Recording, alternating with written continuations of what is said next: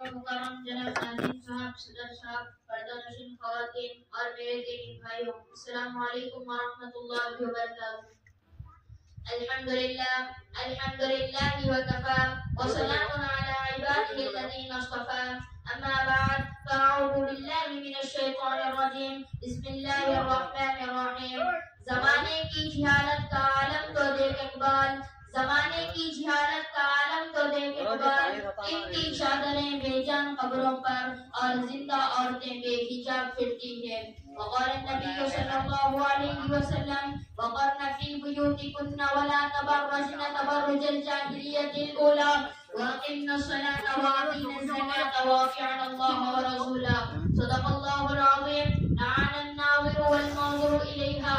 برادران اسلام، سامعین اکرام، اللہ تبارک و تعالیٰ نے عورتوں کو حکم فرمایا، اے عورتوں تم اپنے گھروں میں اطمینان سے بیٹھی رہو، اور اگر جاہلیت کے زمانے کی طرح تم اپنا بناؤ شنگار دکھاتی مت پھرو، اور نماز پڑھتی رہو اور زکوٰۃ دیتی رہو، اور ہر معاملے میں اللہ اور اللہ کے رسول جناب محمد رسول اللہ صلی اللہ علیہ وسلم کی فرما برداری کرتی رہو۔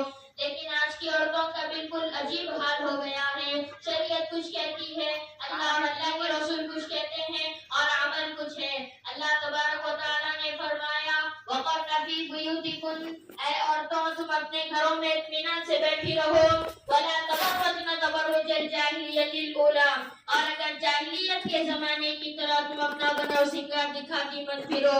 لیکن عورتوں کا عمل بالکل الٹا برعکس ہے، وہ گھر میں بیٹھنے کے بجائے خوب اطمینان سے گھر کے باہر گھومتی پھرتی رہتی ہے، بلکہ یہ سمجھتی ہے کہ جب تک اجنبی مردوں کی نظر اس بناؤ سنگار پر نہ پڑ جائے اس وقت تک بناؤ سنگار میں لگے ہوئے روپیے بیکار نہ چلا جائے۔ آگے خداوند قدوس نے فرمایا وَأَقِمْنَ الصَّلَاةَ، اور نماز پڑھتی رہو، لیکن نماز پڑھنے کی فرصت کہاں؟ جب دیکھو محلے کے پاس پڑوس کی ہاں میں ہاں ملانے والی 10-5 عورتیں مجلس لگا کر بیٹھ گئی، اس کی غیبت کرنا شروع کر دیا، اللہ اور اللہ کے رسول نے زمانے کو سننا شروع کر دیا، شوہر کی برائیاں بیان کرنا شروع کر دی، تو نماز پڑھنے کی فرصت کب اور کیسے ملے گی؟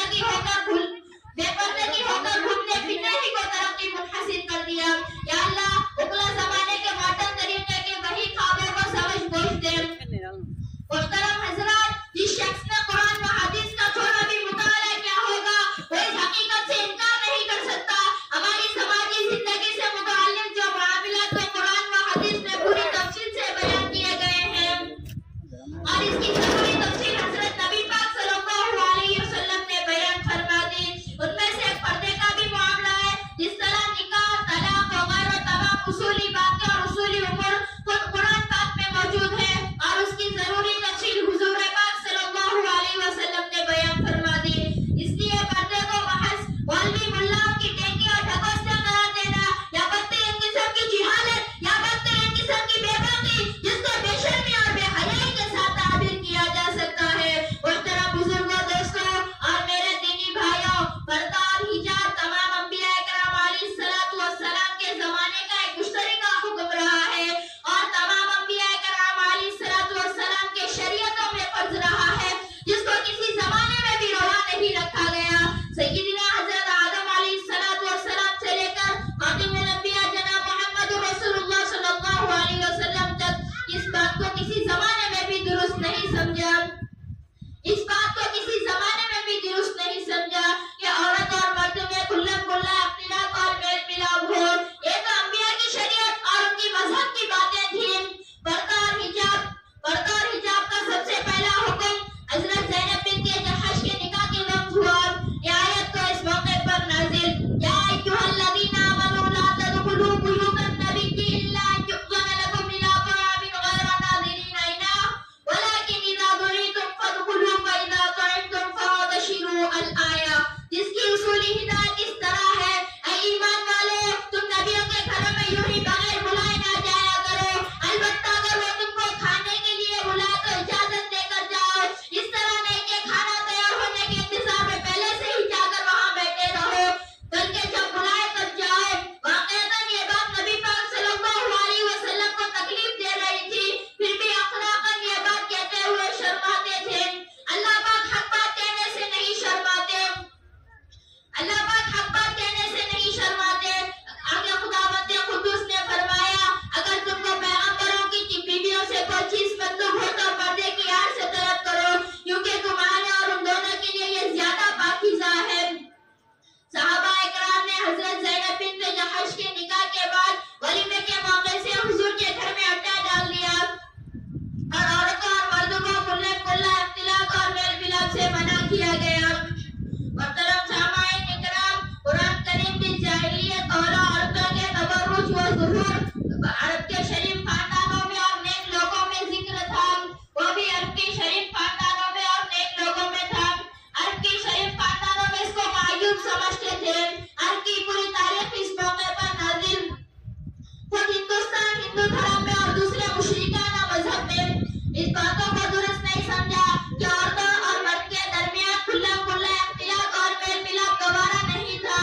زندگی کے ہر شعبے میں مرد و زن کے بے تکلف ملاقاتوں کا جو یہ سلسلہ ہے، صرف یورپین اقوام کی بے حیائی اور فحاشی کی پیداوار ہے، جس کو کسی زمانے میں بھی روا نہیں رکھا گیا، جو اس بات کا تقاضا کرتا ہے کہ عورتوں اور مرد سے الگ تھلگ رہے.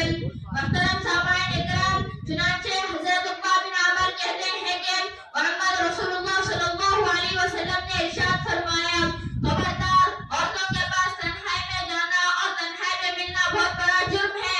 انصار میں سے ایک شخص نے عرض کیا: یا رسول اللہ، دیور اور جیٹ کے متعلق کیا حکم ہے؟ آپ صلی اللہ علیہ وسلم نے بیان فرمایا: وہ تو موت ہے، یعنی اس کے اندر سب سے زیادہ خطرہ ہے. محترم حضرات، ان باتوں سے اتنی بات صاف طور پر معلوم ہوتی ہے کہ جو قرآن و حدیث کا جو اصول مطلوب ہے وہ عورتوں کا وجود اور ان کی ہر ایک نقل و حرکت مردوں کی نظروں سے مستور ہو، اور اس لیے اسلام قدم قدم پر روک لگایا ہو، جیسے کہ اسلام قدم قدم پر رہبری کرتا ہے. پردہ کرو کیونکہ تم کسی بھائی کی غیرت ہو، پردہ کرو کیونکہ تم کسی والد کی شہزادی ہو، پردہ کرو کیونکہ تم کسی گھر کی زینت ہو، پردہ کرو، پردے میں حیا کا زیور ہے، پردہ کرو، پردے میں عورت کی شان ہے، پردہ کرو کیونکہ تم کوئی معمولی لڑکیاں نہیں بلکہ اسلام کی شہزادیاں ہو.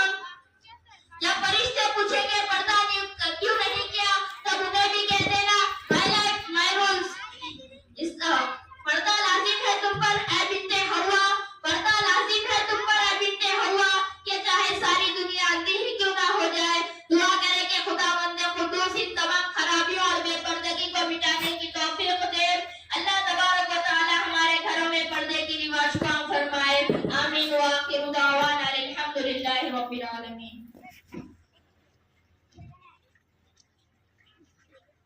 محمد علی صوفی میں انیس سو بیس کو گزارش کرتا ہوں کہ حافظ صاحب کے مبارک ہاتھوں کو انعام حاصل کریں۔ محمد علی صدیقی۔